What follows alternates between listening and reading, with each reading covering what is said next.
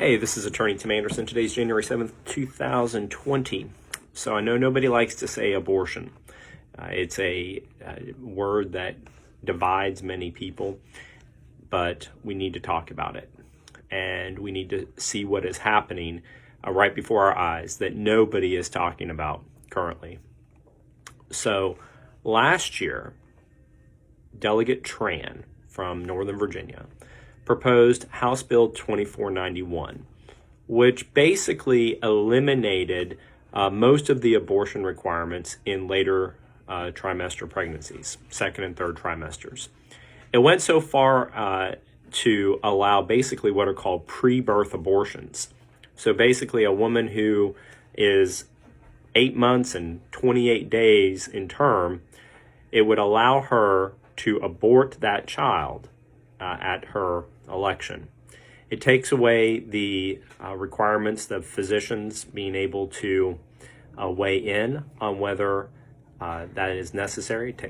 Right now, the current law is that 2 physicians have to certify that there would be some type of an immediate harm to the woman to continue the pregnancy. It takes away that. It basically allows a woman to allow access to pre-birth abortion. Now, when that happened, that's how the whole Governor Northam thing got started. And then he said, we should provide comfort care and all of that. And most of the Commonwealth, and I think most of the country, were completely like me and just totally sick to our stomach by allowing even that kind of a debate to happen. That was Delegate Tran. All right. So the Democrats have gotten smarter this session, and they are not calling abortion anymore in the bills. What they are calling them is reproductive liberty.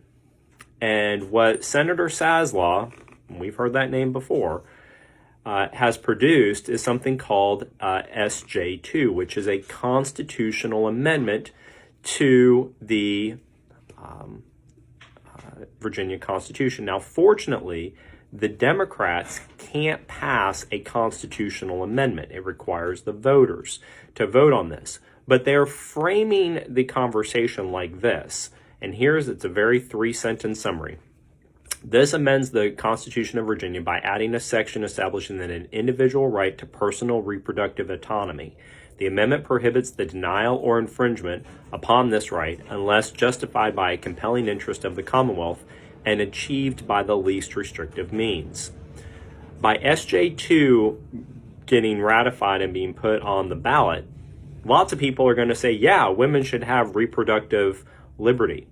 But what that's going to do is that's going to allow pre-birth abortions, bottom line. And that's the back door. They're reframing the conversation. They're taking the word abortion out of it, and they're calling it reproductive liberty. So that's what's happening. That's happening right before our nose. And when this comes on the ballot, everybody's going to say, yeah, we want reproductive liberty because it sounds right.